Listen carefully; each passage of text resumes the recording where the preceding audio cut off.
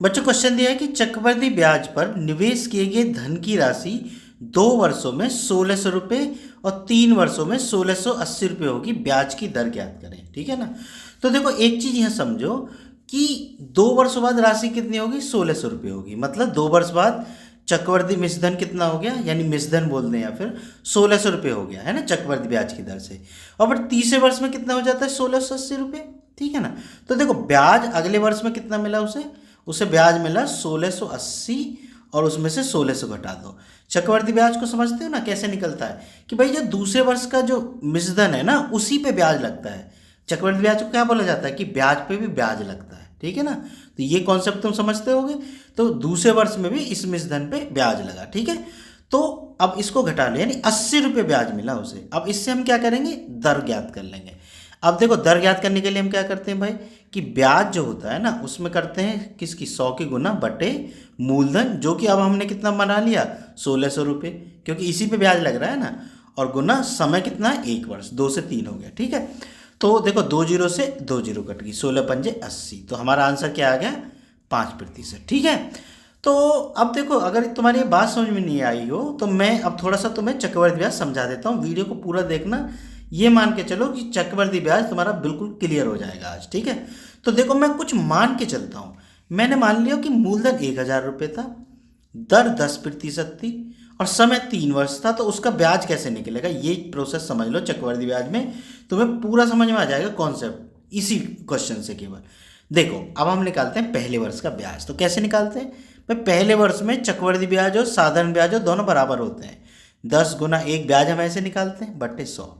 ठीक है। 2 जीरो से 2 जीरो कट की तो बराबर कितना आ गया, 10 धाम 100, यानी पहले वर्ष बना 100 रुपये ब्याज।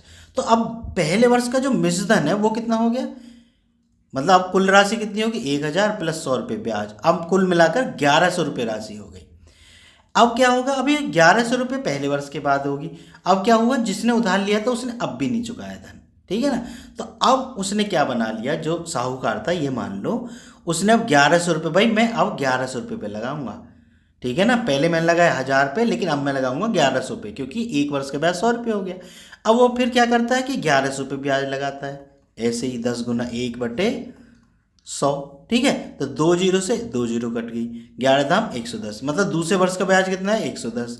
तो अब कुल राशि कितनी होगी 1100, तो जो कि बची थी उधार, और 110 उसमें और जुड़ गए। ठीक है ना। 0 1 2 1210, गांव में ऐसे ही लेते हैं ब्याज, ये चीज़ समझ लेना। ठीक है। तो ये 1210 रुपये हो गए। अब इस 1210 पे वो लगाएगा 10%, जो कि मैंने यहाँ लगाया। दूसरे वर्ष के अंत में राशि कितनी होगी 1210 रुपये। तो तीसरे वर्ष के अंत में कैसे निकालोगे, 1210 गुना 10 गुना 1 बटे 100, यानी तीसरे वर्ष का ब्याज और निकाल लिया।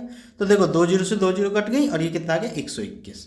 तो तीसरे वर्ष के बाद राशि कितनी हो गई भाई, ये तो 121 तो ब्याज हो गया और 1210 रुपये पहले से थे। ठीक है ना। तो 121 रुपये उसमें और जुड़ गए। ठीक है ना भाई। 2 वर्ष के बाद कितनी राशि हो गई थी, कुल मिला के उधार चुकाने के लिए 1210, उसमें 121 और जोड़ देगा वो 1 3 और 2 और 1 3, और यानी 1331 रुपये 3 वर्ष बाद उसकी राशि हो जाएगी। तो हम क्वेश्चन को कैसे हल करेंगे, अब उस क्वेश्चन को हम देखें कि 2 वर्ष बाद राशि कितनी होगी 1210 रुपये, और तीसरे वर्ष के बाद राशि कितनी होगी 1331 रुपये। तो प्रतिशत की दर बताओ। तो प्रतिशत की दर अगर तुम यहाँ से निकालने लगो तो कैसे निकालोगे, 1 वर्ष का मान के 1331 में से 1210 घटा दो। ठीक है। कितने बचे 1, 3 में से 1 गया 2 और 3 में से 2 गया 1, यानी 121 रुपये ब्याज मिला 1 वर्ष में। और दर मैं के निकालूँ तो कैसे निकालता हूँ, 121 मतलब ब्याज गुना 100 बटे मूलधन, जो कि हमने कितना बना लिया है अब 1210, और गुना 1 वर्ष समय। ठीक है ना।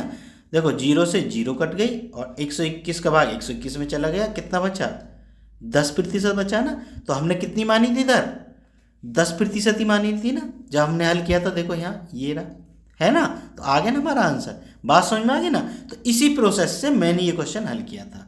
पहले वर्ष 2 वर्ष के बाद राशि कितनी होगी थी ये 1600, और तीसरे वर्ष के बाद कितनी होगी थी 1680। तो मैंने अब यही मूलधन बना लिया 2 वर्ष के बाद। मिश्रधन की सॉरी चक्रवृद्धि ब्याज की यही प्रोसेस होती है। ठीक है ना बच्चों। तो मेरी बात समझ में आ गई होगी। ठीक है।